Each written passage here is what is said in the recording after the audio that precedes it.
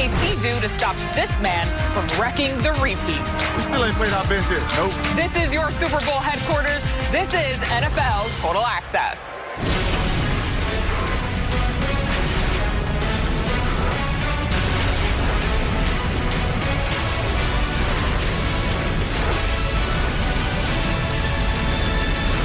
Welcome to NFL Total Access. I'm your host, MJ Acosta-Ruiz. Go ahead and check your countdown clock.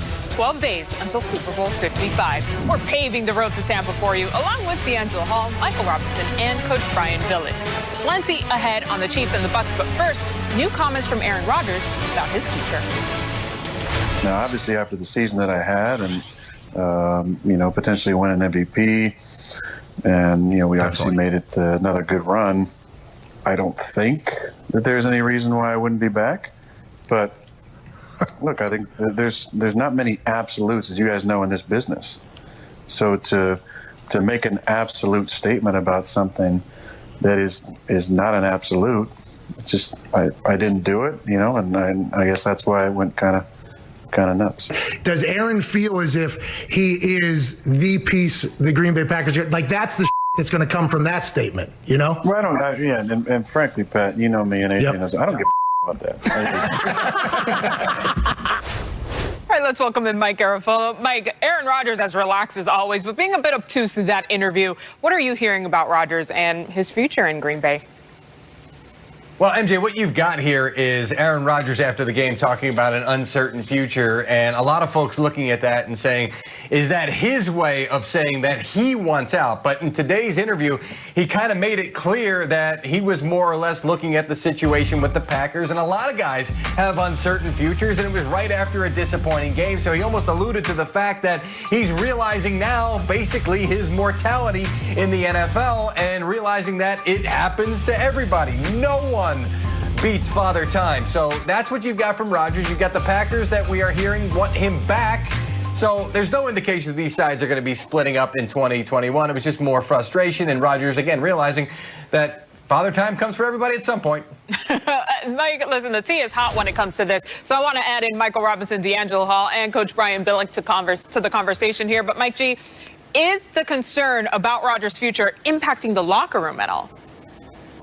Well, we had this discussion on Good Morning Football this morning, and my thing was Rodgers has always been the guy that players have looked to set the tone. Remember RELAX a couple of years ago when the team started off not so hot, and all of a sudden they turned it on, and everybody pointed to that speech and said that was the turning point of the season where a lot of guys said, oh, okay, if he's confident, then the rest of us are going to be confident. Well, this was not real confidence. This was actually a bit of worry from the part of Aaron Rodgers. So I'll ask you, Mike Rob, what are your thoughts if you're a player in the locker room and all of a sudden you see Aaron Rodgers questioning how much longer he is for the starting quarterback job of the Packers, again, knowing that Jordan Love is there and was drafted in the first round? Yeah, look, I can't imagine the Green Bay Packers allowing Aaron Rodgers to walk up out of that building after this season, okay? He had a great MVP-like season. But, as you guys know, I got a but there. But what's the point in having an MVP season if you get to the NFC Championship game and play like Aaron Rodgers played this past weekend? I'm sorry, I love Aaron Rodgers. I'm a fan of Aaron Rodgers. All of you guys know I constantly sing Aaron Rodgers' praises. I predicted he would probably win the MVP back in August. But when you have nothing but green grass in front of you, you're inside the red zone, and you can run for a touchdown. We've seen you do things like that before. You miss passes that we routinely see you hit in the most important game of the season. And I didn't know this until our researcher Kyle conveniently sent a great email before the show. Aaron Rodgers is the only quarterback in NFL history to lose 4 straight consecutive, whatever you want to say, NFC or conference championship games. And that tells me that, yeah, we pay our quarterback to be great, but he just hasn't been great in the biggest moments. So I'm not going to lie. I need to see more out of Aaron Rodgers. Yes, Matt LaFleur has something in this, too, for this loss. But, Aaron Rodgers, I'm sorry, man. You talk all that stuff all week and all year. I need to see you in the biggest moments in the biggest game. But, M-Rob, isn't this more of an indictment on Green Bay? Just think about how how more explosive this offense is if that number one pick is spent on a receiver. If this number one pick is spent on another guy to block for Aaron Rodgers. You saw how Tampa Bay was able to get all that pressure on him. And so, I think the clock is ticking on Aaron Rodgers. At some point, Jordan Love is the guy. And so you hear Aaron Rodgers say some of those comments like, yes, nothing is for certain, because he understands that they've already drafted his replacement. We knew Aaron Rodgers was great. He didn't need to go out and get this MVP this season for him to tell me he was great. We already knew that. Yet, the Green Bay Packers still decided to go and spend a valuable first-round draft pick on Jordan Love. And now we're saying because Aaron Rodgers had an MVP season that Jordan Love's not going to play next year either. And they won 13 games. To me, it's just a waste of draft capital. All right, great points there from D'Angelo Hall, looking like the chairman of the board in that setup he's got tonight. Let's go now to Brian Billick, the coach. And Coach Billick, put yourself in Matt LaFleur's shoes, and he's already kind of addressed it and indicated that the team wants Rodgers back. How do you now handle this situation, knowing that it just took a little bit for folks starting to read into this one? No, I think this is much ado about nothing. I don't think you can take anything that anybody says 48 hours after a gut-wrenching loss like that. It's emotional. Things are said. They're misconstrued. They're spun out of control. There's no way. Aaron Rodgers, 48 touchdowns, 5 interceptions.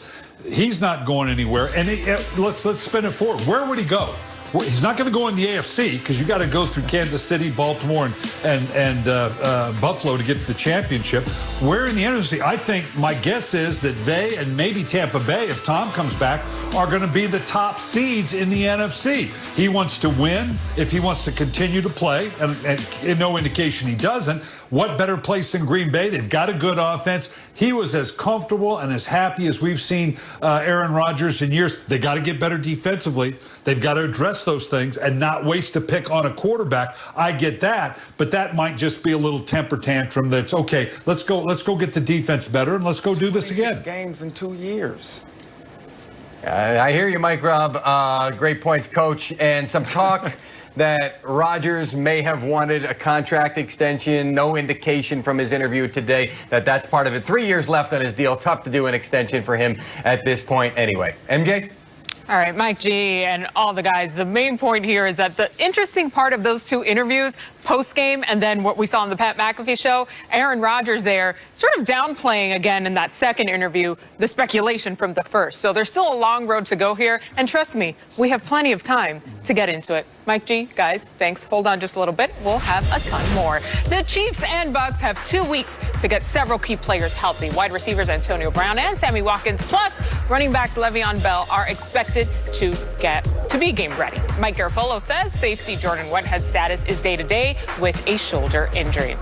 The quarterbacks for Super Bowl 55 are the focus of tonight's Next Gen Stats powered by AWS. Patrick Mahomes and Tom Brady have polar opposite QB tendencies when it comes to throwing on the run and from inside the tackle box. Mahomes has attempted 23.3% of passes on the run this season. That's second highest in the league, while Brady has attempted just 3.1% of passes on the run, which is last in the NFL. M-Rob and D-Hall, come on in here. These are two cheat code quarterbacks, basically, but with two very, very different styles. So, D-Hall, I'm going to pose this question to you first. Tom Brady in 2020, is he good enough to outplay Patrick Mahomes and what we've seen from him so far?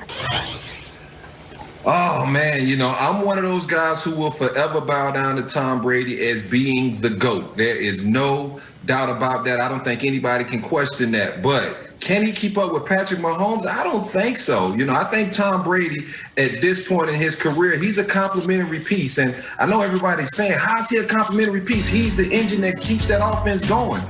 When you see Tom come out and make some of these throws he made there, just a desperation heave, it's just not Tom Brady-esque like. And so to me, the main focal point of this Tampa Bay team, and I'm talking about the team, it is the defense. If it wasn't for that defense, you see another interception that Tom Brady throws high, constantly kept Green Bay in the ball game. And so if it wasn't for that dominating defense, Tampa wouldn't have stood a chance. And so to me, Tom Brady is just a complimentary piece at this point in his career.